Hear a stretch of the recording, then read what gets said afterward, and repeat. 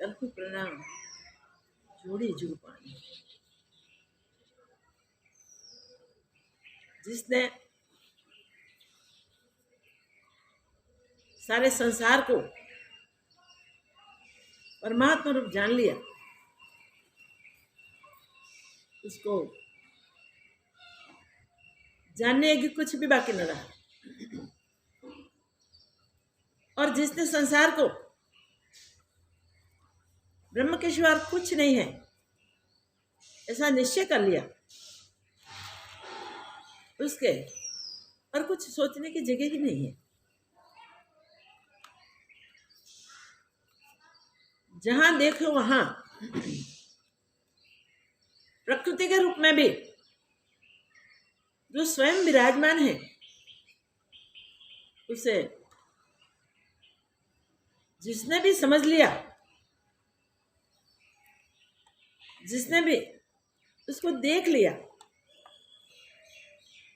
जो उसी को ही सर्वत्र सुनता है। सर्वाकार में एक ब्रह्म ही स्थित है ऐसा जिसका निश्चय है, वह पुरुष हमेशा ज्ञानमय व्यवहार ही करता है।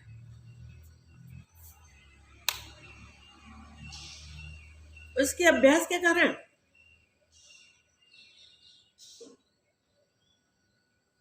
अंधकार में सृष्टि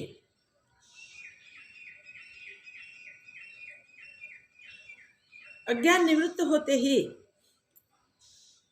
ब्रह्मरूप हो जाती है। उसके जन्मों के कर्म उस ब्रह्माग्नि में जल जाते हैं, चाहे वो पुण्य कर्म हुए चाहे वो पाप कर्म हो। क्योंकि जिसने निश्चय से अपने को अकर्ता अभोक्ता समझ लिया, मान लिया,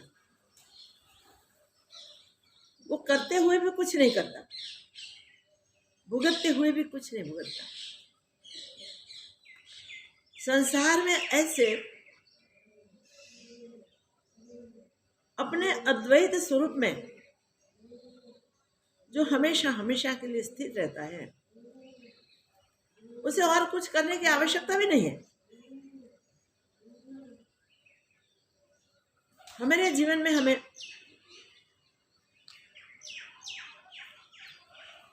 कहीं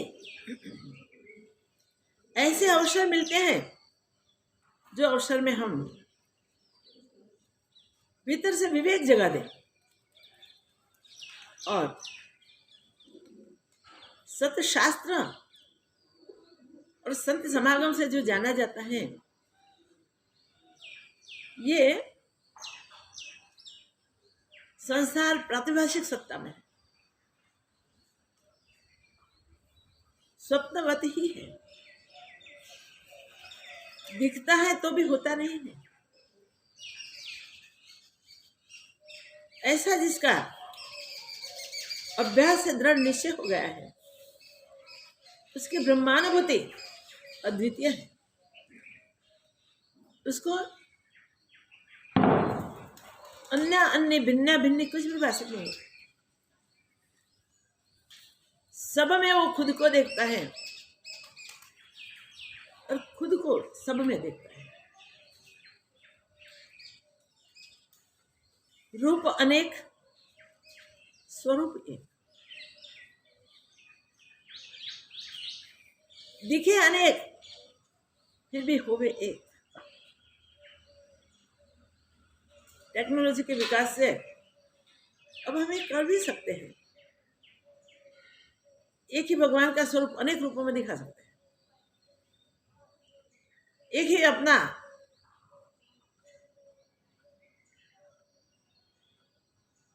स्वरूप को, अपने रूप को अनेक आकृतियों में दिखा सकते हैं। भिन्न भिन्न दिशा में भिन्न भिन्न रूप, वो टेक्नोलॉजी का प्रभाव है। मगर आत्मदर्शी के स्वभाव में दृश्य मात्र, चाहे खुद ने देखा हो चाहे न देखा, तो भी आत्मा के सिवा और कुछ नहीं है, वो निश्चित रूप से दृढ़ हो चुका है। ऐसे मनुष्यों ने, ऐसे महापुरुषों ने, ऐसे दीर्घदर्शियों ने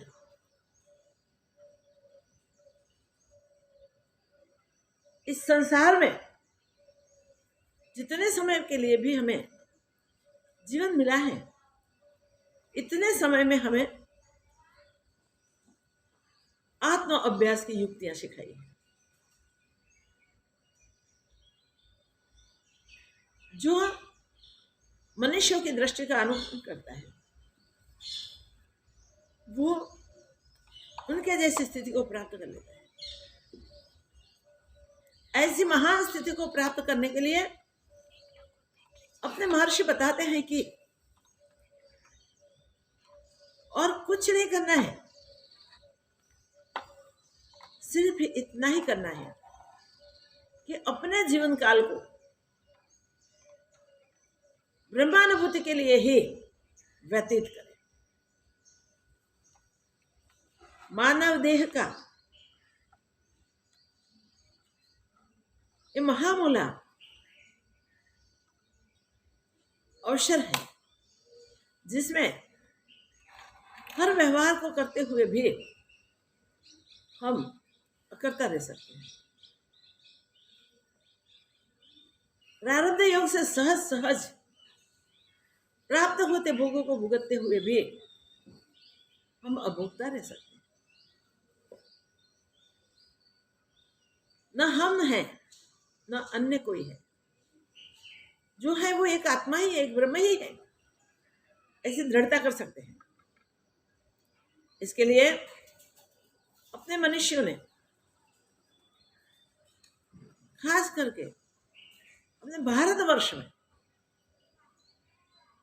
जो कृपा प्रसाद सब अभ्यासियों के लिए प्रदर्शित किया है,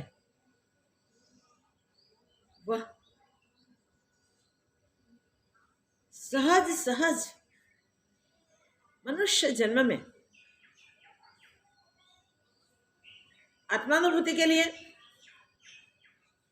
और ब्रह्मानंद में मस्त रहने के लिए ही बता दिया। देखिए, कोई तिथि ऐसी नहीं है, कोई दिन ऐसा नहीं है जिसमें कोई ना कोई व्रत न हो। व्रत उत्सव व्यक्तिगत भी हो सकते हैं और सामूहिक भी हो सकते हैं। सामूहिक व्रत और पर्व जब एक साथ मनाए जाते हैं, तब उसमें उल्लास, आनंद और उस उत्सव को मानने के लिए मनुष्य आतुर रहता है। जो व्यक्तिगत व्रत पर्व उत्सव होते हैं, उसमें स्वयं ही मौज लेता है, मगर व्रत पर्व उत्सवों में सिर्फ अपने आनंद स्वरूप को प्राप्त करने के लिए ही ऋषियों का मार्गदर्शन। कोई दिन ऐसा नहीं है जिसमें व्रताधिक न होते हुए। ये भारतवर्ष की महानता है, विशेषता है दुनिया भर में, कि अगर मनुष्य चाहे तो इस प्रकार के व्रताधिक करके उसमें परमात्मा स्वरूप की ओर आगे बढ़ता है और जल्दी से जल्दी अपने उस निजी स्वरूप को प्राप्त करके निजानंद में मस्त हो सकते। उस देश में जब हम भगवान के द्वारा भेजे गए हैं, तब ये मनुष्यों के उद्देश्य जो ईश्वर की प्रेरणा से हुआ है, उसको सिद्ध करने के लिए हम क्यों काबिल न बन सके? हमको उसके काबिल बनाने के लिए, हमको उसके लिए योग्य बनाने के लिए अपने ऋषियों ने हमारा मार्गदर्शन किया है, जिसके द्वारा अंतस्करण में भरी हुई जन्मों की मलिनता, जन्मों की वासना आप ही आप धुल जाती है। पता भी नहीं चलता कि कैसे हमें वासना रहित हो गए, कैसे हम पुराने संस्कारों की जड़ता से छूट गए, बच गए। किस प्रकार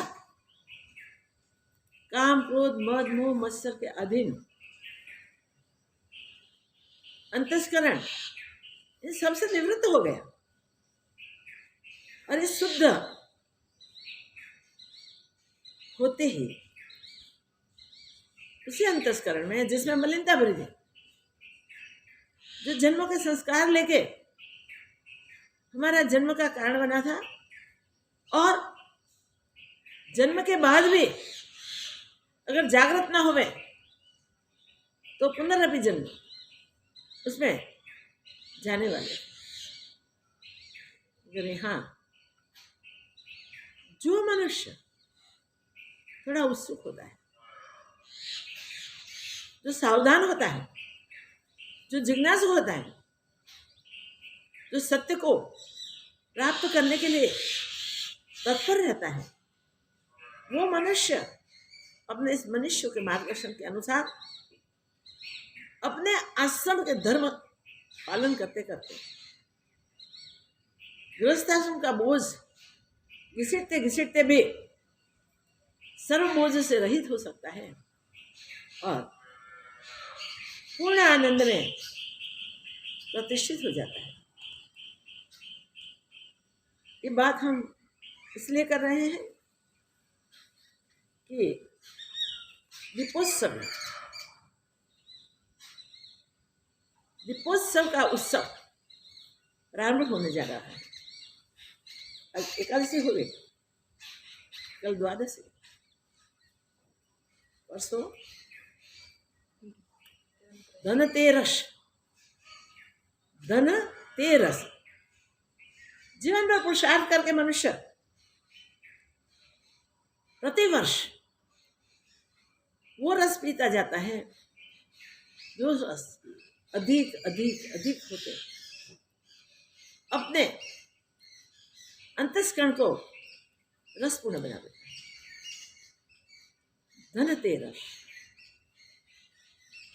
धनतेरस शब्द का अर्थ करें तो लगता है कि धन प्राप्त करने का दिन।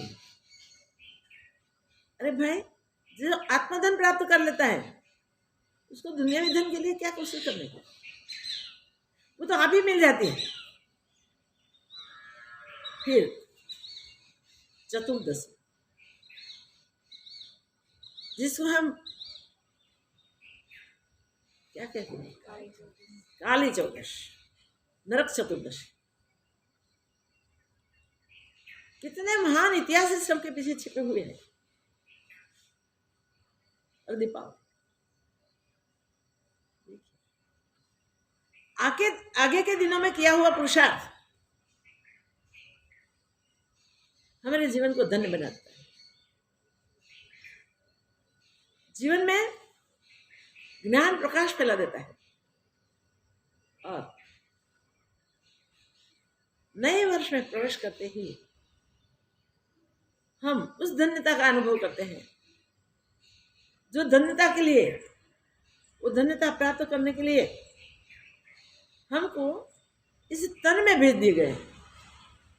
इस तन प्राप्ति की सफलता हो जाती है। दीपावली के दिन सर्वत्र दिए जगमगते हैं। स्थूल दीप तो हम प्रगटा देते हैं, ऋषियों ने किस प्रकार करने हैं दीप वो भी बताया है। मगर ये दीप प्रगटाते प्रगटाते हमारी अंतर ज्योति जो जल रही है वो तो हमेशा की है। उस अंतर ज्योति के उजास में हम प्रस्थापित हो जाए, जिससे कभी जीवन में अंधेरा दिखे ही, अज्ञान छू सके ही नहीं।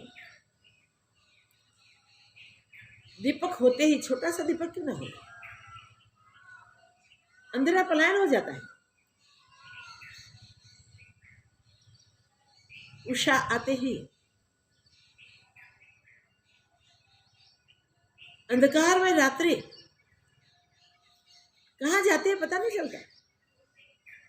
सूर्योदय तो बाद में होता है। आत्म ज्योति हमेशा हमेशा के लिए प्रकट हो जाए तो फिर ज्योति जलाने की जरूरत ही नहीं है, क्योंकि जहां अंधेरा ही नहीं, प्रकाश करने की आवश्यकता भी। आगे के दिन आत्म ज्योति जगाने के लिए पुरुषार्थ करने के लिए दिए गए हैं। सिर्फ ये उत्सव इतने ही दिन हमें स्वरूप का उजागर करने के लिए काफी है। तो दीपावली उत्सव हमें बताते हैं। ऐसे तो उत्सव देखिए, गोकुल अष्टमी, शिवरात्रि, शरदोत्सव, रात्रि के उत्सव, सब ये रात्रि के उत्सव कितने हैं। दीपावली में भी शिवरात्रि रात्रि से ही होती है। दीप जलाने के लिए हमारा मार्गदर्शन कि भाई एकादशी का उपवास करें, जिससे आपकी मलिन वासनाएं शांत हो जाएगी, दब जाएगी और शुभ कामनाएं प्रकट हो जाएगी। सबसे शुभ अगर कुछ है तो अपना स्वरूप ही है, जिसे हम नहीं जानते, इसलिए जीवन में अंधेरा देखते हैं। थोड़ा सा उजाला होता है तो हम खुश हो जाते हैं। तो दीप जला के हमें अपने मुनियों ने कहा है कि अभ्यास ऐसा करो जिससे उजाला आना शुरू हो जाए। सूर्योदय होते हुए तो उजाला फैल जाता है। उसके पहले उषा कहती है कि अंधकार मिट रहा है, भाई जागो, सूर्योदय हो रहा है। जीवन में हम भारतवर्ष में पैदा हुए हैं, भारतीय संस्कृति के हम भाग्यवान संतान हैं, तो हमें उसके अनुसार ही जीना चाहिए। मगर बचपन में पैदा होते हैं, मुर्दा होते हैं, पता नहीं।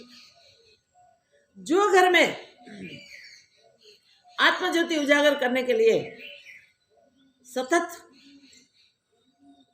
पुरुषार्थ किया जाता है, सब उत्सव मनाए जाते हैं, और सब उत्सव का उद्देश्य जिस घर में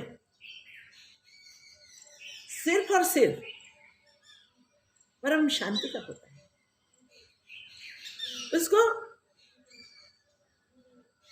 उस घर का इतना सुंदर माहौल बनाने का शुभ अवसर मिलता है, भाग्य मिलता है।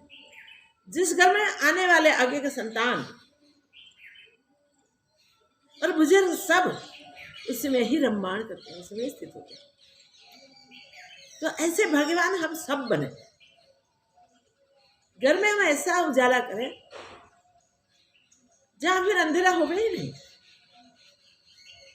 अंधेरा फिर उजाला, उजाले के बाद फिर अंधेरा, ऐसे तम और प्रकाश के बीच गुदा को खाना है, नहीं खाना है।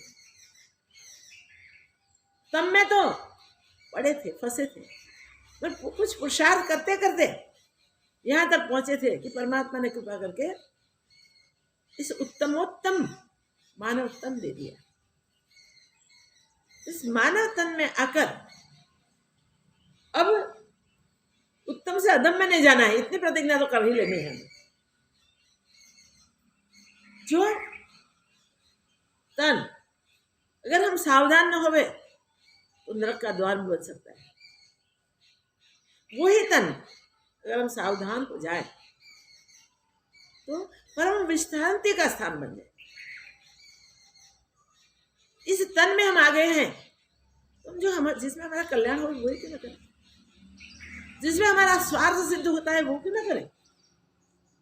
ऐसे भी कहा जाता है कि मनुष्य स्वभाव से स्वार्थी प्राणी है, सब जीव प्राणी ही है, तो मनुष्य स्वभाव से स्वार्थ सिद्ध करने वाला है। हम देखते भी हैं अपने छोटे से स्वार्थ को सिद्ध करने के लिए हम किसी का बहुत बड़ा नुकसान भी कर सकते हैं, ये मनुष्य स्वभाव। मगर वही मनुष्य अपने स्वार्थ को, अपने लोभ को, अपने मुख को देखे बिना राग द्वेष छोड़ के आत्म कल्याण के लिए प्रवृत्त हो जाता है, उसी के लिए ही जीवन व्यवहार करता है, स्व कल्याण के लिए ही पुरुषार्थ करता है, वो अवश्य में आत्म ज्योति जगा देता है। जिस ज्योति के प्रकाश से सर्वत्र उजाला ही उजाला हो जाता है। मगर ये चांस मिल गया, सर्वत्र उस उजास को पाने का अवसर मिल गया मनुष्य का। वो अवसर में आने के बाद भी संध्या जाती है, उजाला फैलाती है, वो क्षणिक होती है। संध्या के समय पर सावधान हो जाए कि भाई रात्रि आने वाली, काल रात्रि, घोर अंधेरा, अंधेरे में हमें नहीं जाना है। मनुष्य ने वो कहा है कि अगर आप तीनों अवस्था पसार कर चुके हैं, चतुर्थ अवस्था में, वृद्धावस्था में पहुंच गए, समय कम से कम आपके पास है, उसी समय पे भी शरीर के देह के हाल हवाल देख के सावधान हो जाए कि अब तो ये जाने वाला है, ये हमारा नहीं है, हमारे साथ नहीं रहेगा, ये क्यों दिया गया था। और सोच के निश्चय कर ले कि नहीं, हम अंधेरे से उजाले में जाने के लिए इस तन में भेजे गए और हम उसी समय रात्रि के अंधकार को भी पुरुषार्थ करके उल्टा करके सुलटा सकते हैं, पलट सकते हैं और दिन रात्रि समान प्रकाशित कर सकते हैं। इसलिए जीते जी हमें सब व्यवहार जो प्रारंभ वेग से आता है वो जरूर करना है, करना पड़ेगा भाई। उसको छोड़ के बैठ जाएंगे तो जन्म जन्मांतर भटकना पड़ेगा। ज्ञान होना संभवित नहीं है। कोई समझे कि मैं बैठ गया मुझे ज्ञान हो जाए, क्योंकि शरीर से बैठा है, मन से बैठ नहीं सकता। इसलिए सावधान हो जाए हम कि भाई चांस है प्रकाश का और जा रहे हम तम में। दिन रात्रि का हमें ये मार्गदर्शन है, हमें सावधान किए गए हैं। वैसे ही हर वर्ष जो उत्साह आते हैं, जो उत्सव होते हैं, जो पर्व व्रत मनाए जाते हैं, वो सिखाते हैं कि ये सब इसलिए मनुष्य ने हमें बताया है कि इस समय हम सावधान होकर दिव्य ज्योति को प्रकट कर दें और कर्मों के बंधन से छूट जाए। प्रारब्ध कर्म भुगत के खत्म हो जाएंगे अगर जल कमलवत निर्लेप रह गए तो। संचित जहां पड़े हैं वहां वही अपनी ही साधना से जल जाएंगे। ज्ञानाग्नि प्रकट होते ही वो सब भस्मीभूत हो जाएंगे। और क्रियामाण में तो हम सावधान हो गए। तो क्रियामाण में सावधान रहना है, बहुत जरूरी है। सब याद रखें, जो कर्म हम रेगुलर कर रहे हैं रूटीन में, वो सब कर्म में हम ज्ञानोपासना करें। हम गृहस्थाश्रम के, अगर गृहस्थाश्रम में है तो गृहस्थाश्रम के सब नियमों का पालन करें। सब व्यवहार जो हमें अपने कल्याण के लिए बताए गए हैं वैसे ही व्यवहार हम करें। और दिन दिन अभ्यास की दृढ़ता करते जाए तो अनुभूति ऐसी अचल हो जाएगी जैसे सुमेरु आदि पर्वत अचल रहते हैं। और उपमा दे सके ऐसी और कोई चीज नहीं है संसार में, ऐसे अचल स्वरूप में स्थित हुए पुरुष के लिए हम उपमा दे सके नहीं, अनुपमेय। और हर मनुष्य के भाग्य में वो है। अनुपमेय स्थिति प्राप्त करने का भाग्य प्रत्येक मनुष्य का है। फिर वो कहाँ अवतरित हुआ है वो देखने की जरूरत नहीं है। चाहे उच्च नीच घर कहीं भी अवतरे तो भी वो अपना जीवन सफल कर सकता है। मीरा के गुरुदेव रोहिदास चमार जो निम्न वर्ण में पैदा हुए थे, मगर वो मीरा के गुरु बन गए, उसका ऐसा मार्गदर्शन किया, मीरा ने जीवन सफल कर दिया। हम सब सावधान हो जाए और दीपोत्सवी उत्सव ऐसे मनाएं, ऐसे करें जिसके कारण न्यू ईयर हमारे लिए पूर्ण आनंद लेके आ जाए। फिर हमें पूर्णानंद के लिए अगली साल करेंगे वो देखने की जरूरत ना पड़े। एक क्षण के बाद क्या है पता नहीं, इस शरीर रहेगा या नहीं रहेगा, तो साल के बाद की क्या बात करें। एक साल भर ये हम तो नहीं किया, अब एक साल है ना, एक साल हम बड़ा पुरुषार्थ करेंगे और प्राप्त कर लेंगे। जो आगे पे बात छोड़ता है वो कभी सफल नहीं होता। जो भूतकाल में ढूंढता है वो भी सफल नहीं होता। जो वर्तमान में ज्ञान में जी लेता है वो अवश्य सफल होता है। देखिए, इस सब त्योहारों के पीछे कोई न कोई इतिहास छुपा है। सारे उत्सवों को देखने को जाएंगे तो आज का दिन कम पड़ेगा। दीपावली के दिन ही हम थोड़े देख लेते हैं।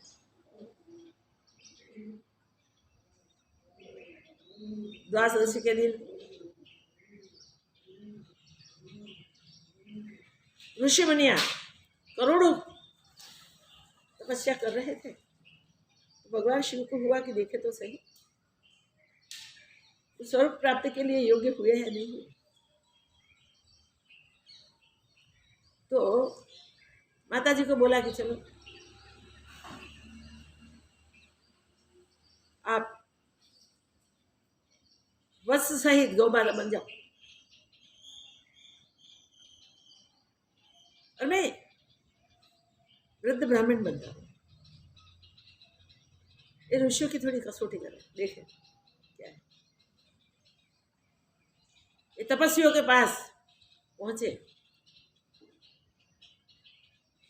और सबने अच्छे से प्रणाम के स्वागत किया। गुरुदेव प्रदान पता नहीं था कि इसको क्या है, और साथ में गौ माता भी है और वत्स भी है। सबने गौ माता वत्स को भी प्रणाम किया। तो भगवान गुरुदेव के रूप में कहते हैं, हे ऋषि, मुझे आगे जाना है कोई काम के उद्देश्य से, मैं वापस आ जाऊं तब तक मेरी गैया का और वत्स का पालन करना, रक्षण करना, उसे कोई हानि ना पहुंचे वो देखना। ऋषि ने स्वीकार कर लिया, जी महाराज जरूर छोड़ के जाइए। हम हर प्रकार से इनकी रक्षा पालन पोषण सब करेंगे, निश्चित होकर आप पधारिए। भगवान शिव आगे चले गए। थोड़े समय के बाद बाघ रूप में पलट के आ गए। गैया और वत्स को मारने के लिए उत्सुक हुए। सब ब्राह्मण खड़े हो गए। कोई भी रूप से गैया और वत्स का रक्षण करना था। वो रक्षण करने के लिए उन्होंने निश्चय कर लिया कि प्राण का बलिदान देना पड़े तो हम इतने सारे हैं, एक वाघ को नहीं पहुंचेंगे, हम उसको भगा देंगे। देखो ऋषि मुनि है, मारने का संकल्प नहीं हुआ, उसको भगा देंगे। और उन्होंने वाघ का सामना किया। काफी समय युद्ध हुआ वाघ और ऋषियों के बीच। ऋषियों के पास कमंडलू के सिवा क्या कहो? किसी के पास दंड वृद्ध जो होंगे उसके पास, बाकी कमंडलू। इस कमंडलू से उसको भगाने की कोशिश की। अपने व्रत, अपनी उपासना, अपने तप का पुण्य उसमें दे दिया। देखिए बाघ को पलटना पड़ा भाई। वो बाघ भाग नहीं गया, शिव स्वरूप धारण करके प्रकट हो गया। गैया माता पार्वती के रूप में प्रकट हुए और वत्स कार्तिक आदि के रूप में गणों के साथ प्रकट हुए भगवान, सब ऋषियों के। इस प्रकार भगवान शिव की देखिए प्रत्यक्ष प्राप्ति हुई। एक ही कामना से उन लोगों ने ये तब शुरू किया था, भगवान शिव साक्षात होकर हमें दर्शन दे। शिव मीन्स कल्याण स्वरूप, ज्ञान स्वरूप, आत्म स्वरूप। तो आत्म प्राप्ति के लिए द्वादशी के दिन हुए इस पुरुषार्थ को, इस सफलता को देखिए शुरू हुआ। जो इस प्रकार जो तपस्या करता है, जो कष्ट सहन करता है, तितिक्षा करता है और साथ साथ स्वर्ग की प्राप्ति की एक ही कामना और कोई कामना जिसकी नहीं रहती, उसकी कामना हर प्रकार से पूर्ण हो जाती है। देर नहीं लगती कहना वो है, एकादशी का व्रत करो, द्वादशी को प्राप्त कर लो। तो फिर त्रयोदशी आती है, धनतेरस, हम खुश होते हैं। एकादशी के पूर्व भारतवर्ष में सब जगह सब कोई भगवान पधारेंगे ऐसे भाव से कूड़ा कचरा सब साफ कर देते हैं, घर स्वच्छ कर देते हैं। भाई ये घर है, ये तन घर है जिसमें हम रह रहे हैं। साल भर का कूड़ा कचरा अगर लास्ट दिनों में निकालोगे तो थक जाओ। हो सके जैसे चाहिए वैसे सफाई ना हो सके, उसकी जगह रोज रोज उसे स्वच्छ रखने के प्रयत्न करें। कम समय में घर हमेशा सुंदर रहेगा, इसमें कोई कूड़ा कचरा नहीं रहेगा। तो ये हमें सीखना है। ये उत्सव के पीछे क्या बोध है वो जानना है। कूड़ा कचरा हमेशा निकालते रहना और स्वच्छता बिछाते रहना, जिसमें उस घर में आके प्रकट होने का साक्षात परमात्मा को मन पड़े। ऐसे तो भगवान सब हृदय में बैठे हुए हैं। वो जहाँ कूड़ा कचरा होता है ना वहां प्रकट नहीं होते, जहां से कूड़ा कचरा निकल जाता है ना वहां प्रकट हो जाता है और हमारा भाग्य पलट जाता है। कुछ किए बिना सब कुछ हो जाता है। कुछ नहीं किया, व्यवहार किया, कूड़ा कचरा ही साफ किया है, नित्य प्रति परमात्मा के साथ अनुसंधान किया है। उत्सव करो, रोज बताए हुए अपने ऋषियों के मार्गदर्शन के अनुसार व्रत, उपवास, तप और आश्रम धर्म का पालन करो। प्रत्येक धर्म के लिए ऋषियों ने धर्माचरण बताया हुआ है। जिस आश्रम में हम हैं उस आश्रम में हम धर्म का आचरण करें। जिसमें कोई पुण्य और पाप दोनों में से एक की भी जगह न रहे उसे धर्माचरण कहते हैं। जिसे पुण्य भी इकट्ठा न हो जाए, जिसमें पाप भी इकट्ठा न हो जाए।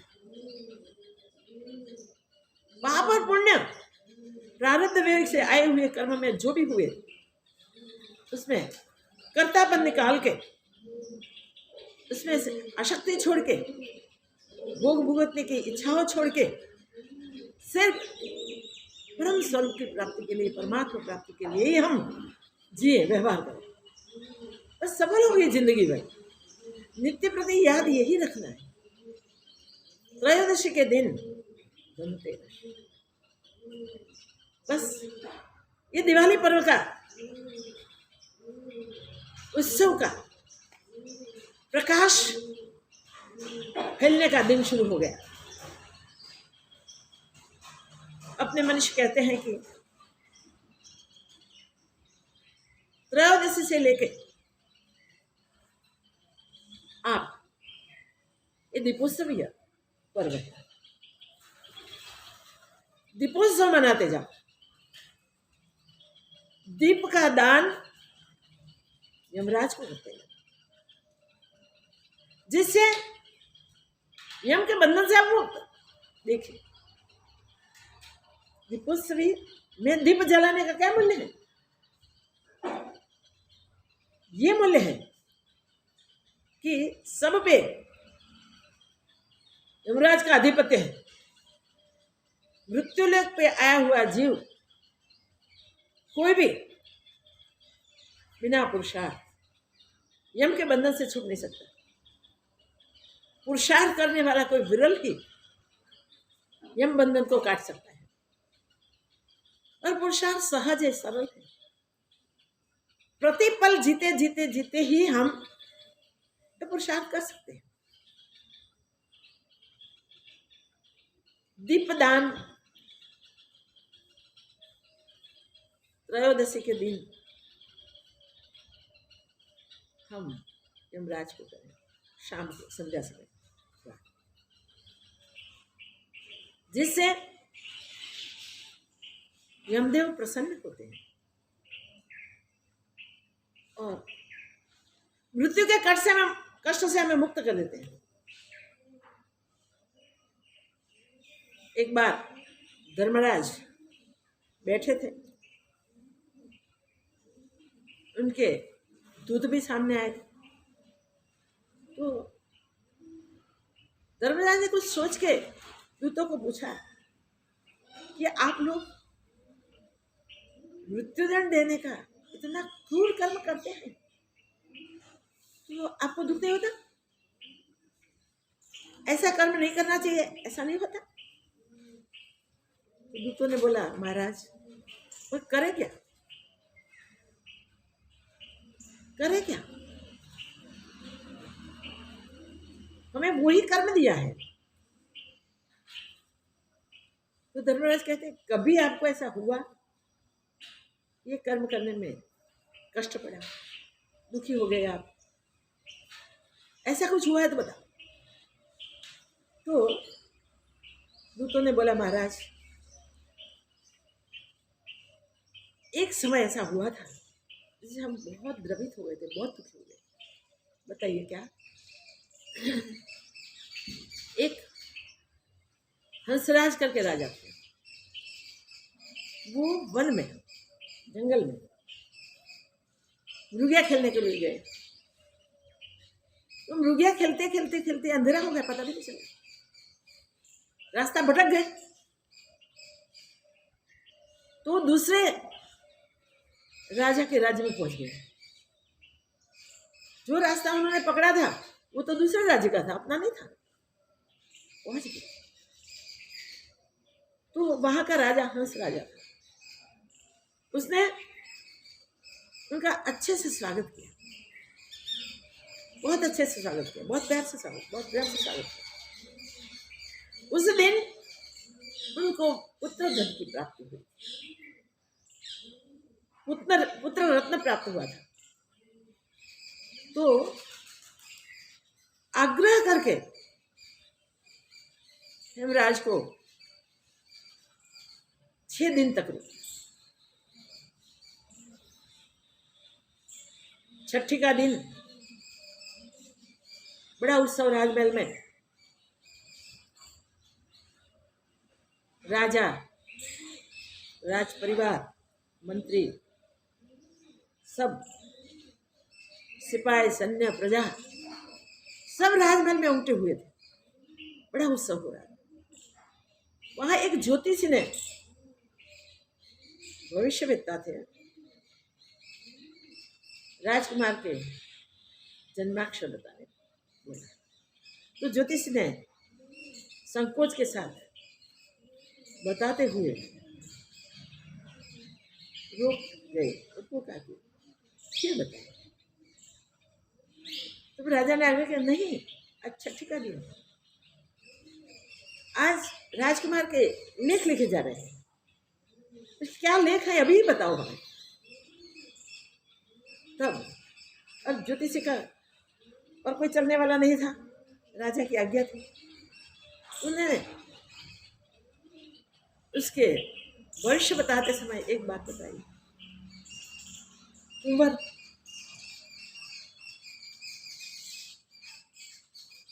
जिस दिन आप उसका विवाह करोगे, उसके चौथे दिन नहीं रहेंगे संसार में।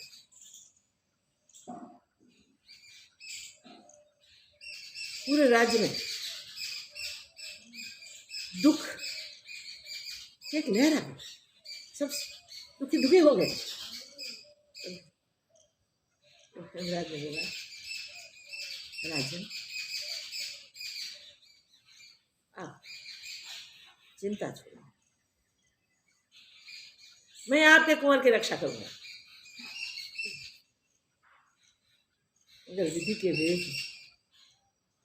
लेख अवैध होते,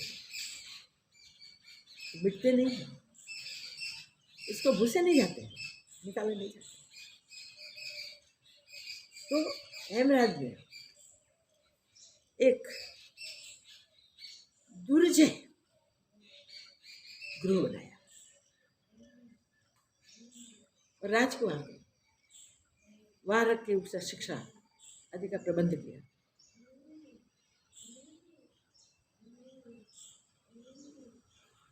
कुंवर की शादी करने के लिए हंस राजा ने हेमराज जी को पूछा कि अब क्या करें। शादी हो चुके हैं, कुंवर करें या न करें। तो हेमराजा ने कहा कि अब करें, हम पुत्र की रक्षा के लिए बैठे हैं, हम सर्व प्रकार से उसकी रक्षा करें। देखिए, और बराबर मैरिज के चौथे दिन कुंवर का देहांत। अब तो दुख और बढ़ गया। शोकातुर सा। तो देवदूत, धर्मराज के दूत कहते हैं कि महाराज, उस दिन हमको बहुत त्रास हुआ, बहुत दुख हुआ था। वहां का जो शोक देखा, वो उसके निमित्त हम बनते हैं ऐसा समझ के हम दुखी हो गए थे। तो क्या करें, हम आज्ञा के अधीन थे। कृपा करके अब ऐसा कोई उपाय बताइए जिसके वजह से किसी का अकाल मृत्यु न हो। हमें जो कर्म सौंप दिया है आपने, वो कर्म आज्ञा के अनुसार हमें करना है, मगर किसी का अकाल मृत्यु न हो, ऐसे कोई उपाय बताइए जो लोग करें और मृत्यु से, अकाल मृत्यु से बच जाए। धर्मराज ने सोच के कहा, हम और तुम पराधीन, इसमें हमें कृत्य करना ही पड़ेगा, करना ही है। मगर आपने जो एक मांगा अकाल मृत्यु न हो, उसके लिए एक उपाय है। धनतेरस से द्वादशी, त्रयोदशी, चतुर्दशी, दीपावली तक, त्रयोदशी से लेकर दीपावली तक कोई भी यमराज के निमित्त दीप करेगा, दीप का दान करेगा, तो उसको अकाल मृत्यु स्पर्श नहीं करेगा। याद रखिए भाई, धर्मराज का, यमराज का ये दीपदान हम करें तो दीपदान से, धर्मराज तो ज्ञानी है, वो हमारे जीवन में प्रकाश फैला देते हैं। हमारा जीवन आत्मज्योति जो निरंतर जल रही है उसके आश्रय से प्रकाशित है, उसमें मृत्यु कैसे आ सकता है? काल जहां स्पर्श नहीं कर सकता। तो त्रयोदशी के दिन संध्या के समय 4 बाती का दीप जलाना है, उसका यमदान करना है। हमको ये दान करेंगे, फिर चतुर्दशी के दिन वही करना है, दीपावली के दिन भी वही करना है, और पूरा दीपोत्सव इसी प्रकार दीपदान कराया जाता है। दीपोत्सव के दिन तो दीप मालाएं जगाई जाती है। अति उत्साह का, अति आनंद का ये समय है, ये उत्सव है। बाकी के सर्व उत्सव एक दिन के होते हैं, ये एक ही उत्सव है जो इतना लंबा है। इतने दिन हम दीप जलाना शुरू करके दीप माला पूरी जला दें और सब में जगती हुई वो आत्म ज्योति को उजागर कर दे, प्रकट कर दे। उस ज्योति के प्रकाश में हम नित्य प्रकाश में आ जाए तो कल्याण निश्चित हो गया। दीपक आत्मा का प्रकाश, शिवलिंग आत्मा का स्वरूप है। दीप का स्वरूप भी शिवलिंग जैसा है। शिवलिंग भगवान शिव के 2 रूप बताए गए हैं, एक मूर्ति स्वरूप, एक निराकार स्वरूप, दीप स्वरूप, आत्मज्योति का। तो ये आत्मज्योति जगाने का हमें ऋषियों ने बहुत अच्छा मार्गदर्शन कर दिया है। तो त्रयोदशी के दिन हमें सावधान होके, याद रख के दीपदान की शुरुआत करनी। चतुर्दशी के दिन भी अवश्य दीपदान करना है। यमराज को ही सब दीपदान करने हैं। चतुर्दशी को हम काली चौदश कहते हैं। उसमें काली की भी उपासना होती है। काली महाशक्ति है, स्वयं प्रकृति होते हुए भी प्रकृति से परे है। भगवान को कहना पड़ा मम माया दुरत्तया। अष्टधा प्रकृति भगवान की खुद की है, वही महामाया है, वही महाकाली है, जो भगवान से भिन्न कभी है ही नहीं। चतुर्दशी के दिन को नरक चतुर्थी भी कहते हैं। ये सुन के हमें होगी ये क्या, नरक चतुर्दशी? नरक में जाना ना पड़े इसलिए नरक चतुर्दशी कर दी। इस दिन ज्यादा से ज्यादा मंत्र जप, व्रत आदि करें। एक क्षण भी गलत ना व्यतीत करें। पूरा दिन मंत्राधिक में, पूजन में, आत्मज्योति जगाने में व्यतीत करें। रात्रि के दिन उजागर करके, उपवास रख के, दीपोत्सव के दिनों में उपवास की महत्ता बताई गई है। साधना करें, जो साधना अपने सत्व स्वरूप को, अपने तत्व स्वरूप को प्राप्त करा, नरक चतुर्थी इसलिए कहलाती है कि भगवान श्री कृष्ण ने नरकासुर के साथ युद्ध करके उसका वध किया और उसके बंदी गृह में 16,000 राजकन्याएं थी, उनको छुड़ाई। 16,000 बंदी कुमारिकाएं, वो तो कोई बंदीवान होना चाहती नहीं थी, मगर नरकासुर ऐसा था जिसको उनके पिता आदि कोई बचा नहीं सके थे। वो बेचारी बंदीवान होके उसके बंदी घर में थे। वहां से भगवान ने छुड़ाई, नरकासुर का वध किया और छुड़ाकर फिर सब राजाओं को, सब कन्याओं को, पिताओं को बुलाए और अपने अपने पुत्रियों को ले जाने के लिए आज्ञा की, ले जाओ, ससम्मान अपने पुत्रियों को ले जाओ और ससम्मान आप रखना, ससम्मान विधिवत उसका दान करना योग्य पात्रों को। कोई राजा इसमें से 16,000 कन्याओं का पिता कोई अपनी पुत्री को ले जाने के लिए तैयार नहीं। सबने कह दिया, नरकासुर ने जीत ली और नरकासुर के गृह में वो हमारी दिकरियां रही हैं, हम उसको फिर संसार में सुस्थापित नहीं कर सकते। हम राजा हैं, हमारा धर्म हमें संभालना होता है। भगवान ने समझाया कि ये कोई खुद चली नहीं गई है, लड़कियां बंदी बनाई गई है, फिर भी कोई नहीं समझे। भगवान श्री कृष्ण ने 16,000 उस कन्याओं को 16,000 रानियों का स्वरूप दे दिया। कैसा स्थान दिया देखिए। भगवान कोई कैसा भी है, भगवान हो जाता है। वो कन्याओं ने क्या किया था, सिर्फ कृष्ण उपासना, बंदी गृहों में रहकर भी उन्होंने कृष्ण उपासना की थी।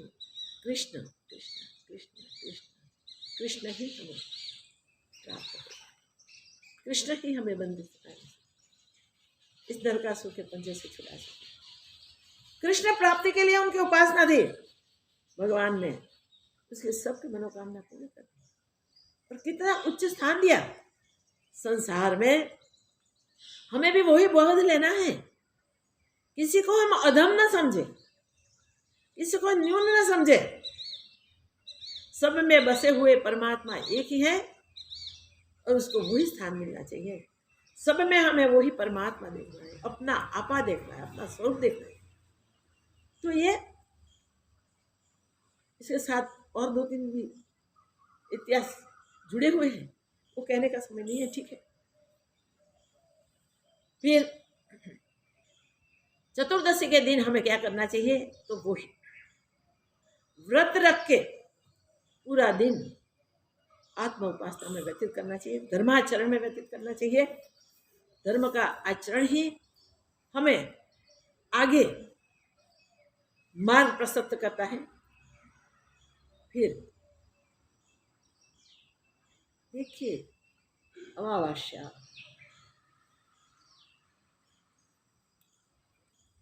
जिसके दिन दीपकों का प्रकाश, दीपकों की हार मालाएं जलाई जाती है, कहीं अंधेरा दिखे ही नहीं, ऐसी अमावस्या की रात्रि के दिन जन्मों से हमने आत्मज्योति को प्रकट करने का सामर्थ्य नहीं पाया, तो आत्मज्योति प्रकट होते हुए भी हम नहीं देख पाए उसे। तो मैं ऐसे दीपमाला जला दें, ऐसे दीपों की हार सर्वत्र देखें कि उजाले में अंधकार का कोई स्थान नहीं रहे। तो ये आत्मज्योति, एक ज्ञान ज्योति प्रकट कर दे, जिस ज्योति से अज्ञान अंधेरा रहे ही नहीं। अंधेरे को निकालने को जाएंगे तो नहीं निकल सकेगा। अमावस्या की रात्रि के दिन, रात्रि के समय हम 1-2 दीपक कर दें तो क्या इससे सारा अंधेरा दूर हो जाएगा? अरे अरे कितने भी दीपक करें तो भी वो रात्रि का अंधेरा नहीं जाएगा। मगर एक ज्योति जो हम नहीं जानते थे तब भी जलती थी, मगर हम देख नहीं सकते थे क्योंकि पटल हमारे आंखों के सामने। हमने वो आत्म ज्योति जगाकर पटल हटा दिए तो ज्योति ही ज्योति, प्रकाश ही प्रकाश, उजास ही उजास, जिसमें अंधेरे का कोई स्थान ही नहीं। ऐसी आत्म ज्योति जग जाए। तो दीपोत्सवी में हर्षोल्लास, आनंद, इसमें हम ये दीपोत्सवी के सारे उत्सव में बस सुंदर सुंदर व्यंजन भोजन बनाना, खिलाना पिलाना। देखिए सिर्फ ऐसा नहीं है कि हम अकेले बना के खा जाए, सर्वात्मा भाव करना है, सब में एक रूप देखना है, तो सबको विशेष मूल्य देना है। विशेष मूल्य देने से ही हमें विशेष स्वरूप से अपने रूप की प्राप्ति होती है। वो करें तो फिर अपने जीवन में उत्सव ही उत्सव, आनंद ही आनंद, और नया साल ऐसा प्रकट ज्योति लेके आ जाएगा कि फिर कभी भी अंधेरा देखने को ही नहीं मिलेगा। अब द्वितीया के दिन चले जाए, हम शॉर्ट में बताते हैं। तो सच्ची ज्योति जगा देवे और न्यू ईयर में सबके साथ बैठ के, सबको भोजन प्रसाद खिला के, सबसे साथ बैठ के भजन करके उत्सव उल्लास करें। उत्सव उल्लास में क्या होगा? भगवान के नाम कीर्तन संकीर्तन करें, नाम जप करें, व्रत कथाएं आदि जो भी हो सके वो सब करें। और न्यू ईयर इसलिए मनाना है कि अब अंधेरा जीवन में आने वाला नहीं है। वो न्यू ईयर का उत्सव इसलिए है। द्वितीया का दिन, तो भाई द्वितीया, द्वितीया का दिन क्या है? द्वितीय का दिन भी यमराज से मुक्ति मिलती है भाई। भगवान बलिराजा को वरदान देते हैं। हम सब जानते हैं कि बलिराजा ने, भगवान भिक्षुक बन के गए, बटुक बन के गए, तो गुरु के मनाही करने के बाद भी अंजलि में जल दिया और संकल्प कर दिया, अब जो मांगेंगे वो दे देंगे। भगवान ने 3 कदम भूमि मांग के 3 दिन में ही स्वर्ग पृथ्वी पाताल का राज्य ले लिया बलि से। तो ये सृष्टि मिथ्या है, जगत मिथ्या है, ये संपत्ति मिथ्या है, ये जीवन मिथ्या है, शरीर मिथ्या है, ये सब बता दिया। और बोला कि तो वरदान मांगो। देखिए बलि को वरदान मांगने के लिए भगवान ने बोला, तो भगवान के पास बलि ने क्या, इस सृष्टि में आज का दिन ऐसा रहना चाहिए, प्रभु जो यम के निमित्त दीपदान करे उसको ये तीनों दिन में से एक भी दिन मृत्यु स्पर्श न कर सके। दीपावली का क्या महत्व है, हम देखें, हम सुने, समझे, तो यही मांगा। इसके दूसरे वरदान की भी वहां जगह है, भगवान ने तथास्तु कर दिया, ठीक है। जो सर्वताज हो गए भगवान, वो बलि के द्वारपाल हो गए। लक्ष्मी को, नारायणी को छुड़ाने के लिए जाना पड़ा। ये यमराज कौन है जिसको दीपदान किया जाता है? वो सूर्यपुत्र है, यमराज सूर्यपुत्र है। और यमुना महारानी वो भी सूर्यपुत्र है। सूर्य भगवान के 2 पुत्र। सूर्य भगवान की पत्नी सूर्य का तेज रह नहीं सकी, इसलिए उन्होंने अपनी छाया स्थापित कर दी वहां, और छाया को ये दोनों संतान सौंप के वो वहां से चले गए। ये छाया ने यम और यमुना का पालन पोषण किया, बड़े उसको उसमें आसक्ति नहीं थी, मोह नहीं था, वो मुक्त थी। तो गृहस्थाश्रम में रह के आपके पास जो भी धरोहर भगवान ने सौंप दी है, संतान आपके, उसमें मोह ममता नहीं करना है। उसमें प्रेम जरूर करना है, जैसे सूर्य पत्नी ने किया, सूर्य पत्नी की छाया ने किया, और सूर्य पत्नी ने जैसा त्याग किया वैसे ही आपको भी उसको प्रेम से बच्चों को पालन पोषण करना है, उसके लिए पूरी जिम्मेदारी निभानी है। वो आपका धर्म है, आपका कर्तव्य है, वो आपको करना पड़ेगा, मगर उसको मोह से नहीं कि अब हम उसका पालन पोषण करेंगे, काबिल बना देंगे, बड़ा होकर वो हमारी वृद्धावस्था को संभालेगा, हमारी सेवा करेगा, हमारी चाकरी करेगा, फिर पुत्र गैर पुत्र होना है, क्या करना है हमें? ऐसे संकल्प करते हैं तो गलत बात है। मोह छोड़िए और प्यार कीजिए। प्यार उसे कहते हैं कि उसको सर्व कष्टों से निवृत्त कर सके हम। तो ये यमुना महारानी और यमराज, यमुना बहन थी, भाई अपने घर पधारे, ऐसी भावना तो कोई भी बहन को होती है। वो रोज चाहना करती थी, भावना करती थी, मगर भाई इतने व्यस्त थे, यमराज इतने व्यस्त थे, समय नहीं निकाल पाते थे। बहन बाहर बाहर जाके कहती थी, भैया एक दिन तो पधारो, एक दिन तो पधारिए, एक दिन तो पधारिए। और भैया एक ही बात करता था, बहन देखती है तो मैं कितना बिजी हूँ, मैं नहीं निकल सकता, क्षण के लिए भी टाइम नहीं होता। पर एक दिन ऐसा हुआ कि यमराज अचानक यमुना जी के घर पहुंच गए। यमुना जी खुश है, बड़े उत्साह से स्वागत किया, घर पूरा सजा दिया, भाई का पूजन किया, भाई को तिलक किया, भिन्न भिन्न व्यंजन अपने हाथों से बनाकर भाई को भोजन कराया। प्रसन्न हो गए यमराज और बोले, जो भी दान पुण्य देना करना होता है वो तो जगत का रिवाज है, करते रहो। मगर यमराज ने बोला कि बहन कुछ मांगो, मैं खाली हाथ कैसे जा सकता हूँ, आपको कुछ देना चाहिए मुझे। आज आपने इतने प्रेम से मेरा स्वागत किया, इतने प्रेम से मुझे प्रसाद जमाया, मुझे कुछ देना चाहिए आपको।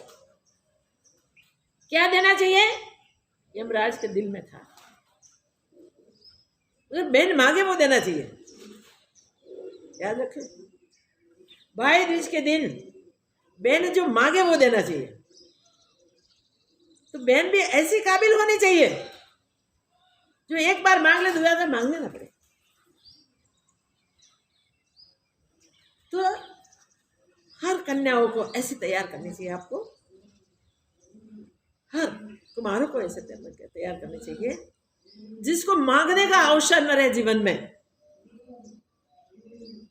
एक बार भगवान के आगे हाथ फैला दिया और सब कुछ प्राप्त कर लिया, फिर क्या प्राप्त करने का रहे? क्योंकि ये जगत तो